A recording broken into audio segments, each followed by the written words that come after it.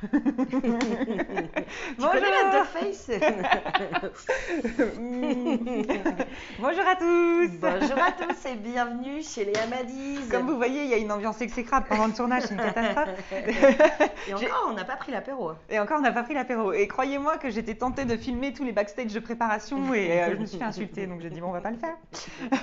C'est Bon, gentil, merci Madi. aujourd'hui, une émission, comme toujours, très intéressante, mais une question surtout qui revient très souvent, qui nous est revenue très très souvent, qu'on s'est tous posé à un moment de notre carrière, au début, au milieu, à la fin, enfin on n'arrête pas de se la poser, et ça change généralement régulièrement. Et c'est aussi l'émission développée de notre magazine, parce que tous les magazines, on a une émission qu'on développe parce qu'on n'arrive pas à aller au bout. Et donc le sujet, ça va être... Faut-il ou pas mettre ses tarifs sur son site internet? Hihi. Alors, Voilà. attention, c'est parti Tadam. Madi. Alors toi Madi, t'en penses quoi? T'as mis tes tarifs sur ton site internet? Je crois bien que je ne l'ai jamais fait. Alors, pourquoi? Depuis 8 ans, oh mince déjà, depuis 8 ans, je ne l'ai jamais fait et je respecte ceux qui le font, je respecte ceux qui mettent à partir d'eux. Il n'y a pas forcément de bonne ou de mauvaise solution, il n'y a que celle qui vous convient. Il n'y a pas une Exactement. phrase qui commence comme ça. Si, Pas c'est de dans bonne ou de Astérix. mauvaise. Voilà, spéciale Mhm. dédicace à Thibaut Chap d'ailleurs. Voilà. Non, pourquoi? Parce qu'en fait, pour moi, un prix, ça veut rien dire tant qu'on n'a pas expliqué ce qu'il y a dedans. Surtout que très rapidement, j'avais commencé à développer cette espèce de concept d'aventure avec mes clients, avec des séances avant, des séances après, un lien humain fort, etc.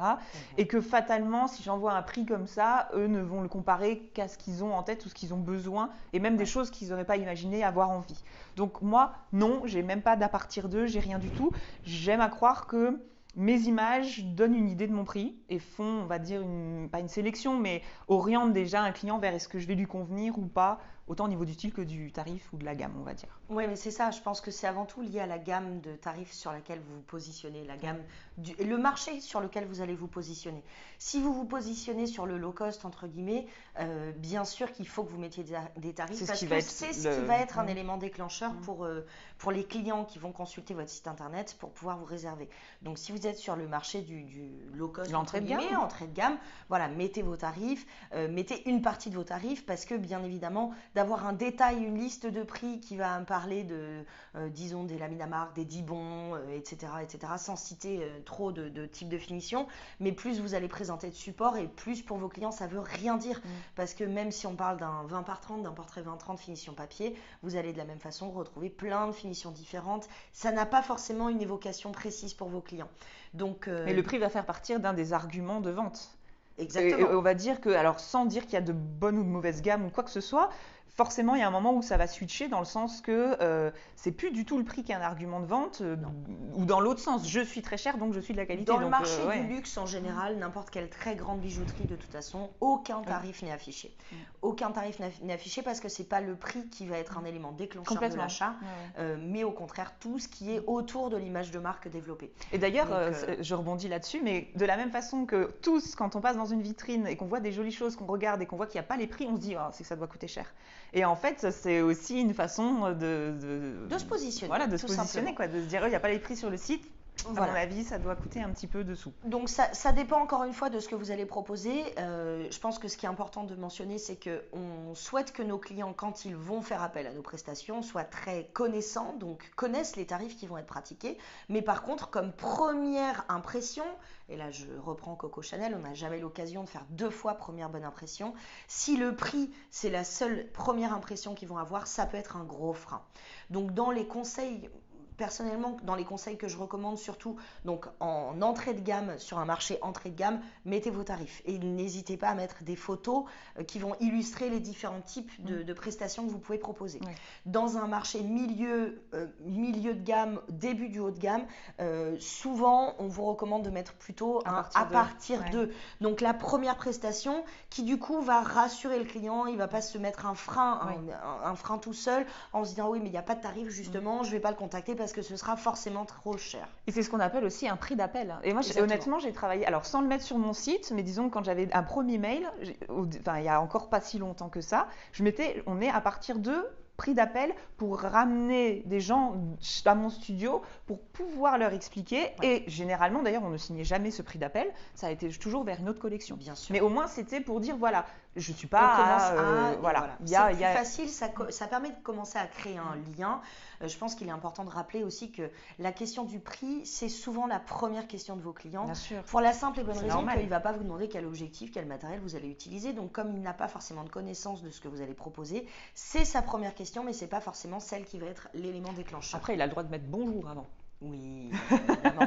Après, quand on est sur des marchés moyens, début du haut de gamme, la problématique qu'on a aussi, c'est qu'on a énormément de demandes, soit par les annuaires comme mariage.net, etc., etc. Et donc, on se retrouve avec un tel volume que c'est important justement de mettre sur son site internet nos prestations commencent pour du mariage à partir de temps, par exemple. Ça vous permet de créer un premier filtre aussi et de perdre moins de temps dans la réponse et l'échange clientèle par la suite.